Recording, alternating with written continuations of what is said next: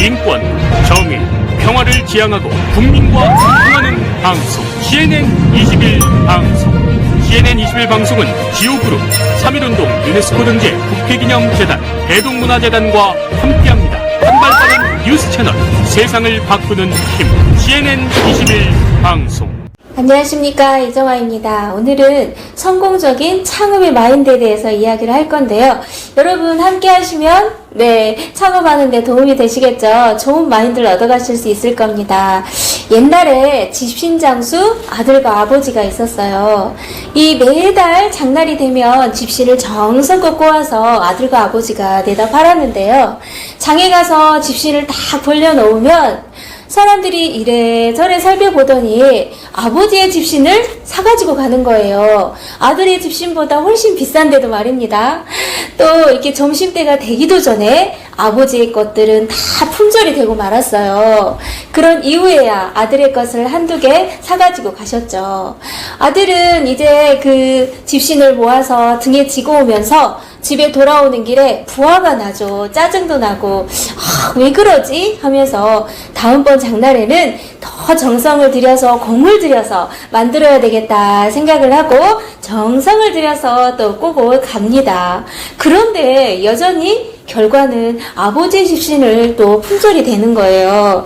아들이 너무 궁금했어요. 아버지, 대관절 왜 사람들이 아버지의 집신을 먼저 사가는 거죠? 이유 좀 말씀해 주세요. 아버지는 아들아, 내가 너와 부자 관계 아니냐. 그래서 얼마든지 내가 가르쳐 줄 수 있다마는 어떻게 보면 둘이 장사하는 입장으로서 경쟁자가 아니냐. 나는 이 비밀을 가르쳐 줄 수 없다. 나중에 물어보거라. 이렇게 이야기를 하는 거예요. 아들은 너무 궁금한 아버지의 그 비밀을 알고 싶었지만 이제 뒤로 물러나갈 수밖에 없었죠. 그렇게 세월이 흘러서 아버지가 이제 연세가 많이 드셔서 돌아가실 때가 됐어요. 아들은 아버지가 곧 숨이 넘어가려고 하는데 아버지 그 집신의 비밀을 말씀하시고 가셔야죠. 그 비밀이 무엇입니까? 그랬더니 아버지가 털 하고는 숨을 거두어버리셨어요. 아들은 도대체 이유를 알 수가 없었죠. 아버지가 털이라고 하셨지? 아무리 궁리를 해도 답을 알 수가 없었어요.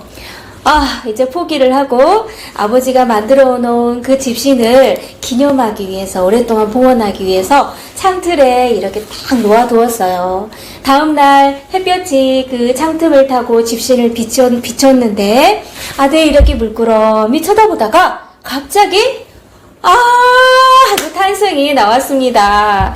바로 그 비밀을 알게 된 거죠. 그것은 무엇이었냐? 바로 집신 안에 있는 잔털이었습니다. 이 아버지는 이 잔털을 아주 세심하게 다 잘라주었던 것입니다. 그러다 보니까 사용자의 입장에서는 발에 껄끄럽지도 않고 만지기도 편하고 신기도 편하고 그래서 가격이 더 비쌌지만 아버지의 것을 사갔던 거죠. 자, 어때요? 털 아주 작은 차이죠? 그러나 사용자의 입장에서는 아주 큰 차이가 났던 거죠. 자, 이처럼 어때요? 눈에 띄지 않는 잔털이지만 있고 없고의 차이는 큰 차이가 났죠. 요즘 우리 젊은이들의 어떤 취업하는 부분에 빗대어서 보자면 요즘 코로나 때문에 많이 이제 취업난도 겪고 있고 또 가게 문을 닫는 그런 업종도 많이 늘어났죠. 특히 대다수의 젊은이들이 대기업 취업과 고액 연봉을 향해서 열심히 노력하면서 달려가고 있는데요. 하지만 그것만이 최선의 길은 아닙니다. 내가 지닌 관점과 또 다른 관점이 만났을 때 그때 무엇이 필요하냐? 다른 시각의 전환이 필요합니다. 취업 외에도 우리가 살아가는 데 중요한 것들이 있죠. 그것을 받아들여서 내 발을 내딛는다면 이전보다 훨씬 변화된 삶을, 또 발전된 삶을, 또 그런 삶을 살 수 있을 텐데요. 사회심리학 이론 중에 깨진 유리창의 법칙이 있습니다. 이 법칙은 미국 스탠포드 대학교 심리학과 진바르도 교수가 1969년에 한 실험인데요. 이 자동차를 2대를 마련을 하는 거예요. 그래서 자동차의 본닛을 열어놓고 각각 다른 골목에 배치를 해 두었어요. 한 자동차는 그대로 본닛만 열어놓았고 자동차 한 대는 유리창을 좀 깨놓았죠. 일주일 후에 가서 보니까 본닛만 열어놨던 자동차는 원래 모형 그대로 보존돼 있었지만 이 유리창이 깨진 자동차는 타이어며 배터리가 도둑을 맞고 완전히 차가 폐차 직전이 되어 있었던 거예요. 바로 이게 유리창의 법칙입니다. 깨진 유리창 하나, 아주 사소한 거지만 이 사소한 것을 그냥 두니까 결과는 엄청났다는 거. 네, 이걸 이야기해주고 있는데요. 이 깨진 유리창의 법칙을 실제로 적용한 사례가 있습니다. 1995년에 뉴욕 시장에 취임한 루돌프 줄리안입니다.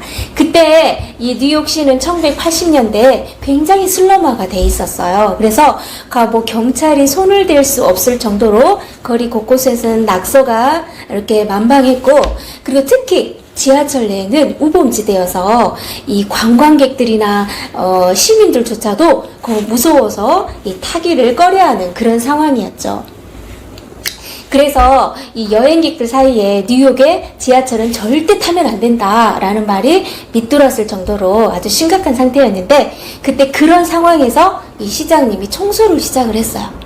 그래서 이 공무원들을 동원해서 지하철이나 또 거리의 낙서들을 지웠고 무단횡단이나 쓰레기 투기를 단속을 하기 시작을 했습니다.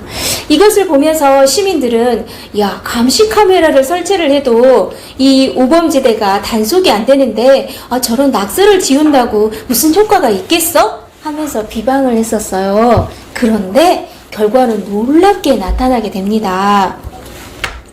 낙서를 지우고 무단횡단과 쓰레기 투기를 했을 뿐인데 뉴욕 거리는 굉장히 깨끗해졌어요. 그러면서 결과가 어떻게 나타났냐? 그 범죄가 무려 지하철 내 범죄가 75%나 줄어드는 커다란 성과를 기록을 했다는 겁니다. 자, 어때요? 작은 일들이 별거 아닌 것처럼 느껴지지만 방치하면 큰 차이로 나타나겠죠. 그래서 이런 공식을 우리 인생에도 적용을 해보는 겁니다. 작은 것 하나를 놓쳐서 실패할 수도 있고 작은 기회를 잡아서 성공을 할 수도 있다는 것입니다. 자, 마음에 우리가 지켜야 할 어떤 기준들이 있죠. 근데 우리는 아주 작은 것은 무시하기가 십상인데요. 여러분, 중요한 것은 이 작은 것일수록 우리가 그 기준을 세워놓고 그것을 무시하지 않고 그것을 이렇게 지켜나가야 된다는 거. 그게 아주 중요한 포인트인데요. 영화 영린에 보면 정조가 신하에게 사서 3경 중에 중용 23장을 이렇게 인용을 합니다. 제가 한번 읽어볼게요. 작은 일도 무시하지 않고 최선을 다해야 한다. 작은 일에도 최선을 다하면 정성스럽게 된다. 정성스럽게 되면 겉에 배어나오고 또 겉에 배어나오면 겉으로 드러나고 겉으로 드러나면 이내 밝아지고 밝아지면 남을 감동시키고 남을 감동시키면 이내 변하게 되고 변하면 생육된다. 그러니 오직 세상에서 지극히 정성을 다하는 사람만이 나와 세상을 변화시킬 수 있는 것이다 라고 했어요. 여러분, 나 자신의 변화, 세상의 변화를 원한다면 작은 것부터 우리 주위에 있는 혹시 여러분 직장이나 또 가정이나 아니면 내가 내 주위에서 아주 작은 거 무시한 게 있나? 소홀하게 지나친 게 있나? 이걸 한번 생각해보는 시간을 가져보세요. 그래서 내게 주어진 일들 앞에 작은 것에 마음을 쏟고 또 마음을 기울이다 보면 여러분은 어느새 나뿐만 아니라 내 주변에 있는 많은 변화를 경험하게 되실 것입니다. 작은 것의 차이가 여러분의 인생을 바꾸고 미래의 기적을 이룬답니다. 오늘 마인드 강연 여기까지 하겠습니다. 감사합니다.